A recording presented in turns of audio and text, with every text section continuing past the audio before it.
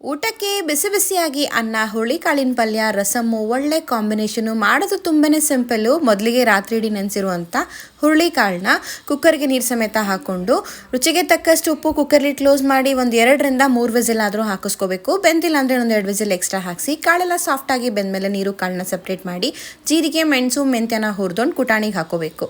ತರಿತರಿಯಾಗಿ ಚಚ್ಚಿ ನಂತರ ಬೆಳ್ಳುಳ್ಳಿನ ಹಾಕಿ ಇನ್ನೊಮ್ಮೆ ಚಚ್ಚಿ ಸಡಲಿಟ್ಕೋಬೇಕು.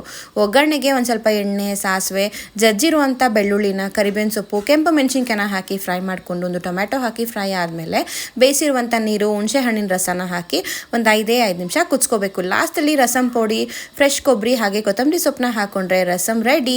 ಪಲ್ಯ ಮಾಡೋಕ್ಕೆ ಒಂದು ಸ್ವಲ್ಪ ಎಣ್ಣೆ, ಸಾಸಿವೆ, ಜೀರಿಗೆ, ಬೆಳ್ಳುಳ್ಳಿನ ಹಾಕ್ಕೊಂಡು ಫ್ರೈ ಮಾಡ್ತಾ ಈರುಳ್ಳಿ, ಹಸಿಮೆಣಸಿನ್ಕಾಯಿ, ಕರಿಬೇವಿನ ಸೊಪ್ಪು, ಕೆಂಪು ಮೆಣಸಿನ್ಕಾಯಿನ ಹಾಕಿ ಫ್ರೈ ಮಾಡ್ಕೋಬೇಕು. ನಂತರ ಬೇಯಿಸಿರುವಂಥ ಕಾಳು, ಉಪ್ಪನ್ನ ಹಾಕಿ ಮಿಕ್ಸ್ ಮಾಡಿ ಫ್ರೆಶ್ ಕೊಬ್ಬರಿ ಹಾಗೆ ಕೊತ್ತಂಬರಿ ಸೊಪ್ಪನ್ನ ಹಾಕ್ಕೊಂಡ್ರೆ ಊಟಕ್ಕೆ ತುಂಬಾ ಟೇಸ್ಟಿಯಾಗಿರೋ ರಸಮ್ ಹಾಗೆ ಹುರುಳಿಕಾಳಿನ ಪಲ್ಯ ರೆಡಿ.